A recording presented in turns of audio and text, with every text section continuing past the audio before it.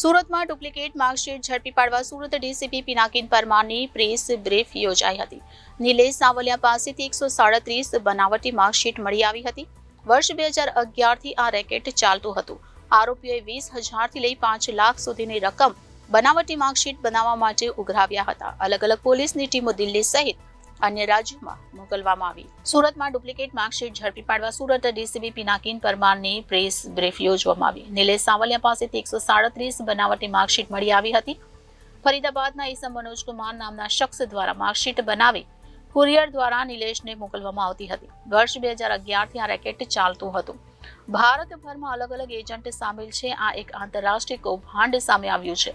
Police ઊંડાણપૂર્વકની તપાસ કરવામાં આવશે. સૌરાષ્ટ્ર યુનિવર્સિટીની 24 બનાવટી માર્કશીટ મળી આવી છે. આ સિવાય અલગ અલગ યુનિવર્સિટી અને શિક્ષણ બોર્ડની બનાવટી માર્કશીટ સામેલ છે.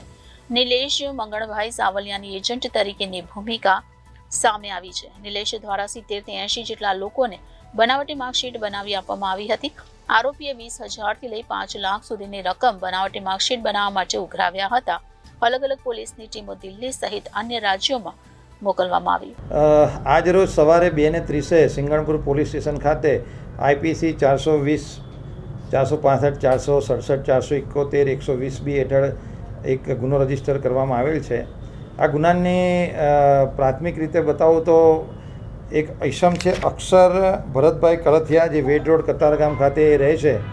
આ ઈસમ જે કેરળની અંદર તિરુવનંતપુરમની અંદર આરોપી તરીકે અટક થયેલ છે, જેની સામે આરોપ એવા હતા કે એણે ડુપ્લિકેટ માર્કશીટ કેરાલા શિક્ષણ બોર્ડની બનાવેલી હતી.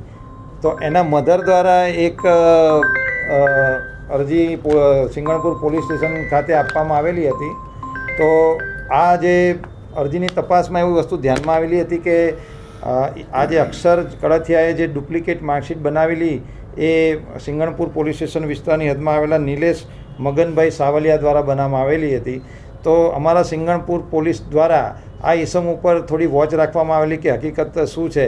તો પોલીસને એની અંદર થોડોક પોઝિટિવ આન્સર મળેલો હતો, જેથી આ નિલેશ મગનભાઈ સાવલિયાના ત્યાં પોલીસ દ્વારા સર્ચ કરવામાં આવેલો હતો. તો સર્ચ કરતાં કુલ 137 જેટલા માર્કશીટ અન્ય પૂરા ભારત દેશની અલગ અલગ યુનિવર્સિટી તેમજ શિક્ષણ બોર્ડની માર્કશીટો એના ત્યાંથી કબજે કરવામાં આવેલી હતી. અને એની પ્રાથમિક પૂછપરછ કરતાં એવી વસ્તુ ધ્યાનમાં આવેલી હતી કે આ અક્ષર કળથિયાને જ્યાં એ જે ખરેખર 12મું પાસ નથી, પરંતુ એને ઉચ્ચ અભ્યાસ માટે ઇટાલી જવું હતું. તો એના માટે એણે 60,000 રૂપિયા આપીને આ નિલેશનો કોન્ટેક્ટ કરી એની પાસેથી આ ડુપ્લિકેટ માર્કશીટ મેળવેલી હતી.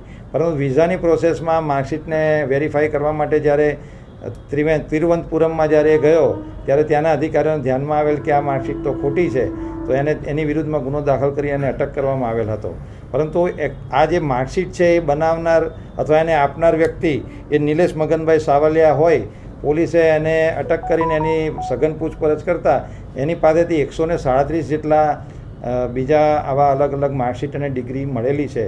અને એની પ્રાથમિક પૂછપરછ કરતાં તે બેઝિકલી 2011થી યશ એજ્યુકેશન એકેડમી નામે એક સંસ્થા ચલાવે છે.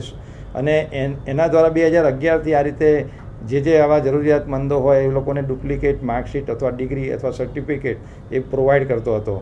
એને પૂછવામાં આવતા કે આ ડિગ્રી સર્ટિફિકેટ એ જાતે પ્રિન્ટ કરતો હતો. તેના જણાવ્યા મુજબ ફરીદાબાદ ઉત્તર પ્રદેશનો એક ઈસમ છે મનોજ કુમાર, એની સાથે એ 2011થી કોન્ટેક્ટમાં હતો.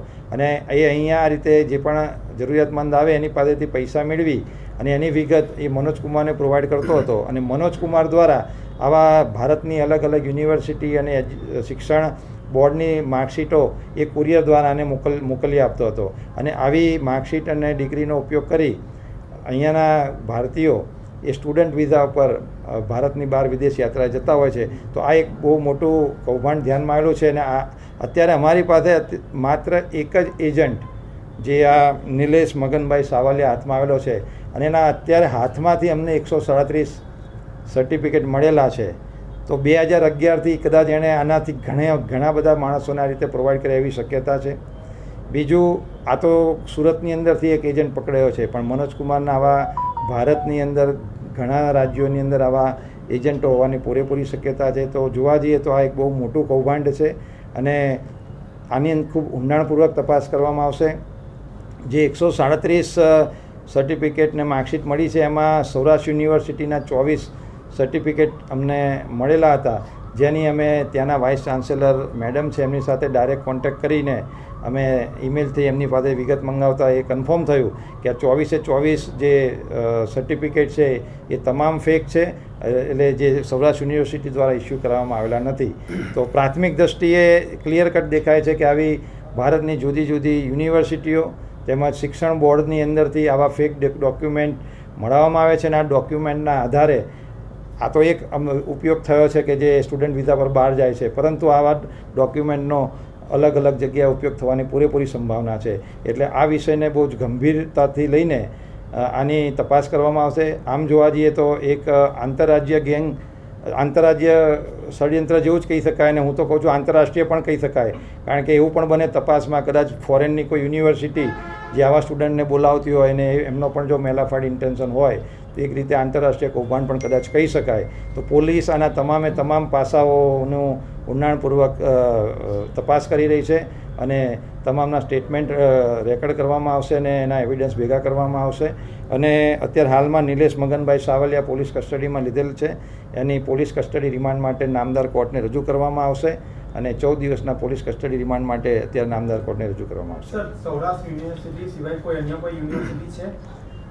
મેં કહ્યું તેમ પ્રમાણે 137 તો અત્યારે એની પાસે ફિઝિકલી સર્ટિફિકેટને ડિગ્રી મળેલા છે, જેની અંદર ગુજરાત, કર્ણાટક, સિક્કિમ, મહારાષ્ટ્ર, હિમાચલ પ્રદેશ, ઉત્તર પ્રદેશ, મેઘાલય આવા અલગ અલગ રાજ્યોની રેપ્યુટેડ યુનિવર્સિટીઓના સર્ટિફિકેટ્સ અમને ધ્યાનમાં આવેલા છે, જે અમે મુદ્દામાલ તરીકે કબજે કરેલા છે. તો આ તો જે ફિઝિકલી અમને મળેલા છે એટલા જ છે. એ સિવાય જે અક્ષર કળથિયા છે એનું કેરાલા શિક્ષણ બોર્ડનું પણ છે. તો ભારતના અલગ અલગ રાજ્યોના અલગ અલગ શિક્ષણ બોર્ડ અને યુનિવર્સિટી સાથે. Reporter Hitesh Prajapati, Janadesh news, Surat.